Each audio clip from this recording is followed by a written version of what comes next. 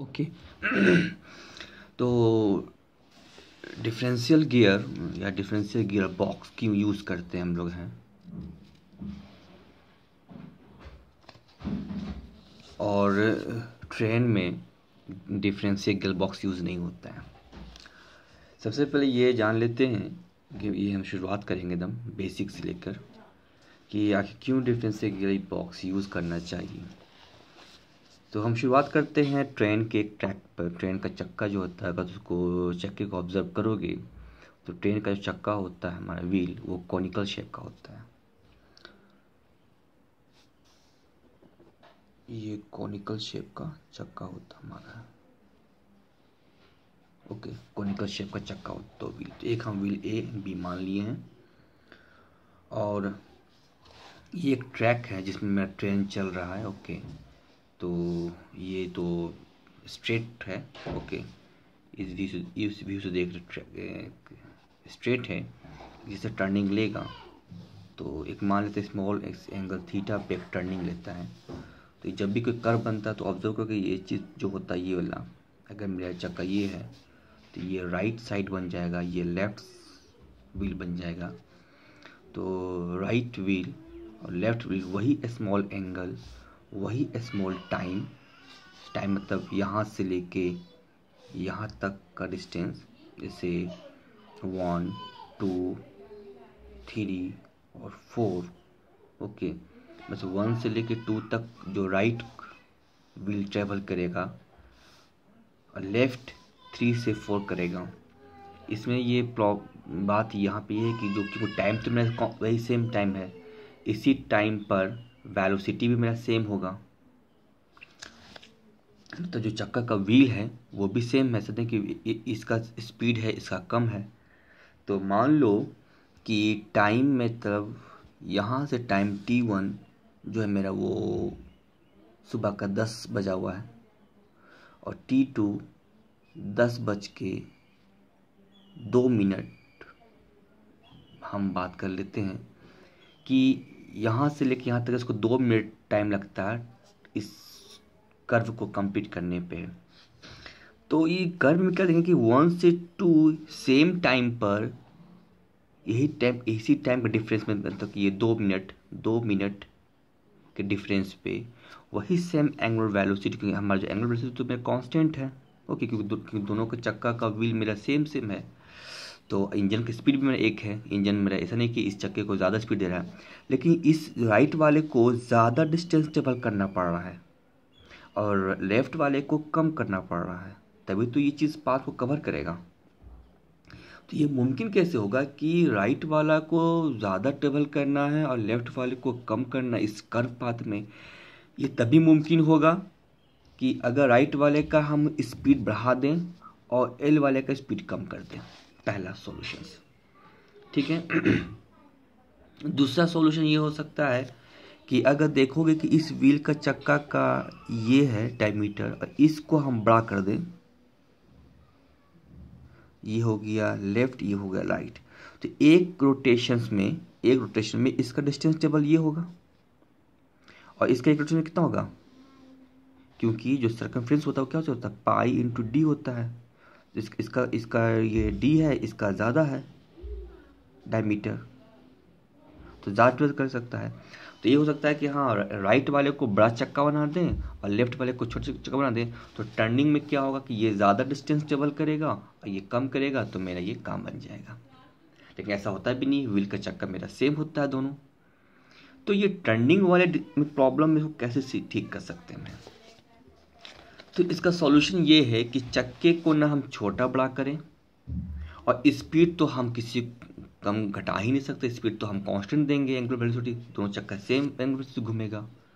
तो अब एक दिमाग लगाया गया इसमें, इसका सॉल्यूशन ये है कि चक्के को हम लोग शेप चेंज कर दें, मतलब चक्का को हम लोग कॉनिकल शेप दे दें। लॉजिक क्या इसके पीछे में है, ये चक्का है ए बी बना देते हैं, इसका मीन रेडियस यहाँ से लेके यहाँ तक के लिए हम लोग आर मान लेते हैं। ये हो गया मेरा ट्रैक जिसके ऊपर से मेरा ट्रेन चलेगा। ओके, ये मेरा चक्का का व्हील हो गया है। तो जब हमारा स्ट्रेट लाइन चलेगा तो स्ट्रेट लाइन पे इसका ये डिस्टेंस, इसका ये डिस्टेंस देखो सबका सेम हो गया।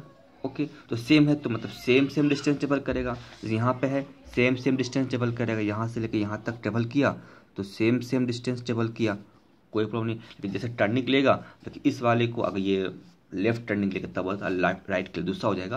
अगर लेफ्ट टर्निंग ले रहा है तो इस वाला जो राइट टर्निंग है, जो राइट वाला है व्हील, उसको ज़्यादा ट्रेवल करना पड़ेगा।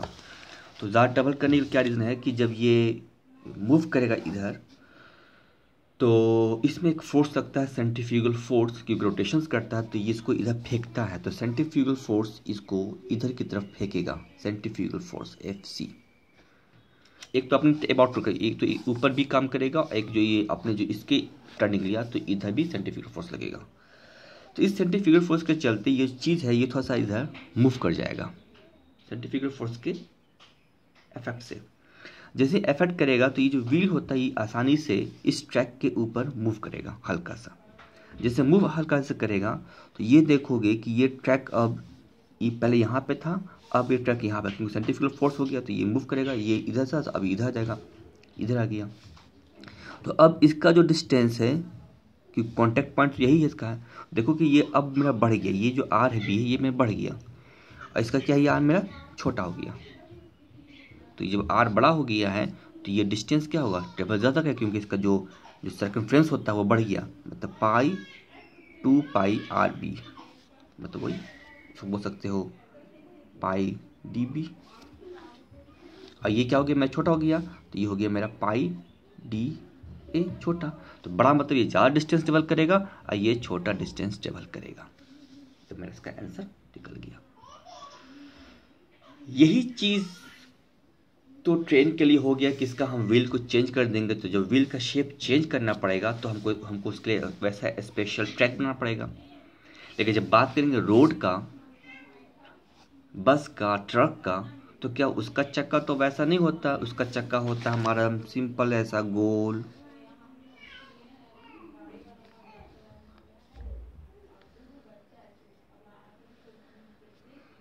जब ये घूमेगा तो इसके लिए भी तो वही रूल होगा कि इस वाले को ज़्यादा डिस्टेंस ट्रेवल करना पड़ेगा। ये अगर लेफ्ट मान लेते हैं, ये राइट मान लेते हैं, तो इसको ज़्यादा ट्रेवल करना पड़ेगा, इसको कम करना पड़ेगा। तो इसका क्या जवाब है? तब इसका एक जवाब है कि हम चक्का के साइज़ को बढ़ा नहीं सकते, बढ़ाने का भी तरीका, बढ़ा देंगे तो मेरा काम चल जाएगा, ठीक, बड़ा कर देंगे तो ये चीज़ ट्रेवल कर देगा। लेकिन जब स्ट्रेट लाइन पड़ेगा तो क्या होगा, गाड़ी कैसा होगा, मेरा गाड़ी टेढ़ा हो जाएगा, क्योंकि एक चक्का बड़ा एक चक्का छोटा।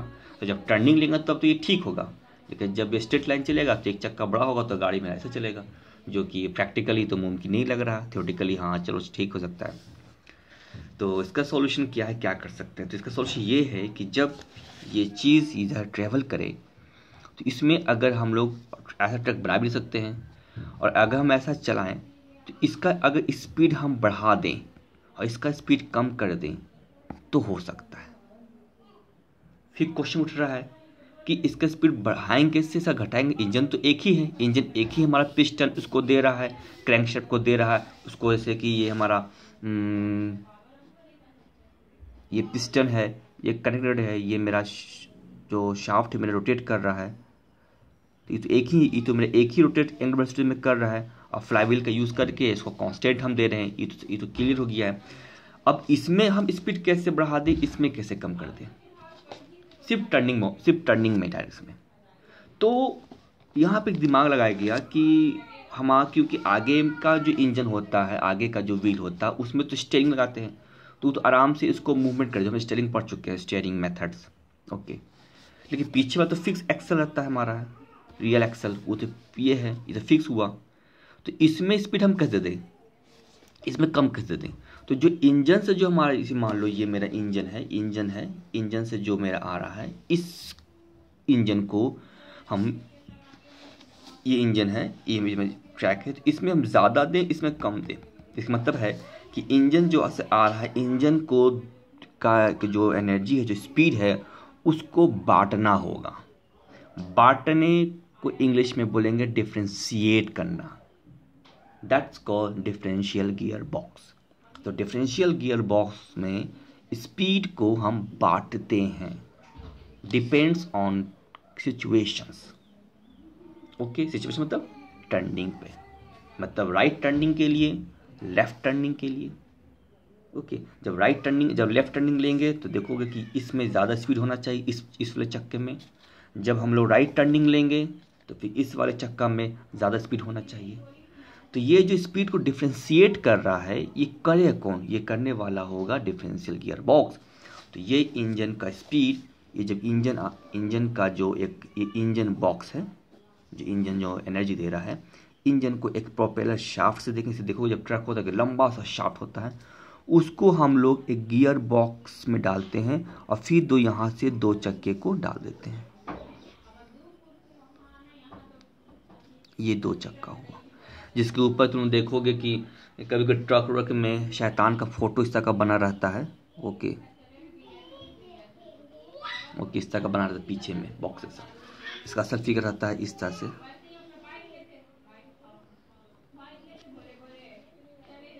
इस तरह का फिगर होता है।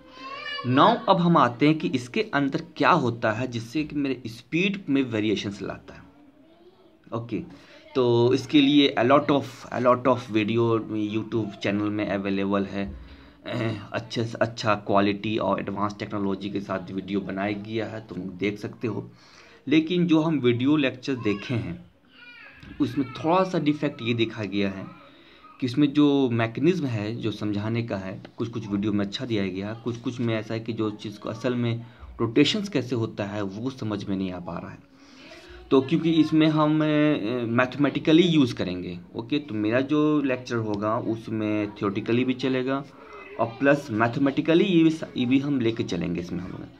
तो टेक्नोलॉजी के साथ साथ मैथ्स का यूज़ करेंगे। तो डिफरेंशियल गियर जो भी डिस्कशन हुआ है, मतलब कि तुम्हारा डिफरेंशियल में जो भी यूट्यूब में देखोगे उसमें मैथमेटिकली यूज़ नहीं किया है, ऑलमोस्ट हम जो देख चुके हैं। तो मेरा जो हम डिस्कस करेंगे क्योंकि हमको सिखाना है, तो इस डिफरेंशियल गियर में मैथमेटिकली यूज़ होगा, कैसे कैसे मैथ्स का यूज़ हो रहा है, कैसे कैसे मैथ्स के अकॉर्डिंग ये चीज़ में वेलोसिटी में चेंजिंग आएगा, और उसके बाद फिर इसके अंदर का मैकेनिज्म कैसे कैसे काम करता है।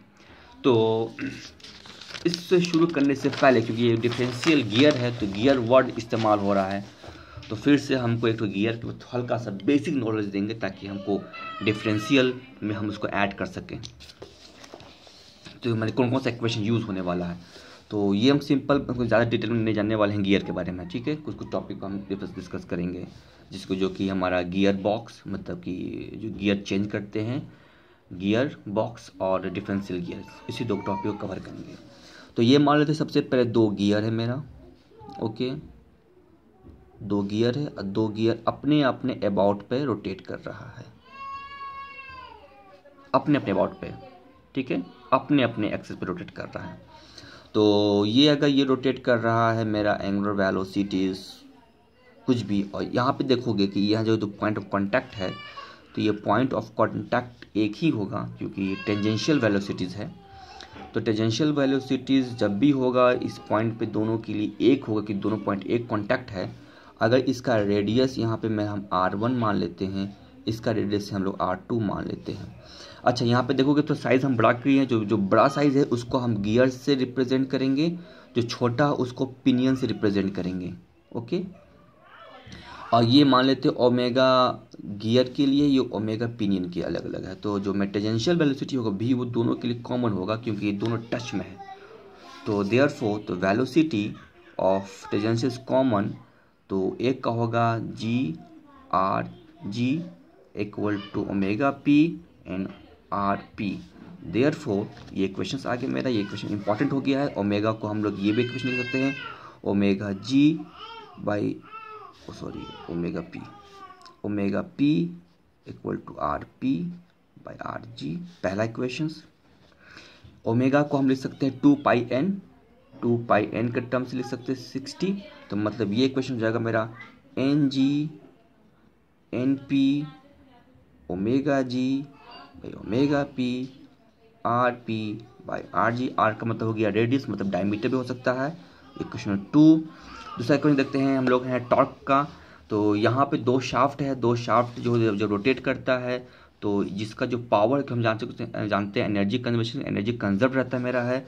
तो मतलब power P equal to omega, तो एक के लिए होगी G, दूसरे के लिए होगी G, तो DP एंड ओमेगा पी, तो हम चेंज कर सकते हैं T G by T P by omega P and omega G. This T मतलब टॉर्क, टॉर्क।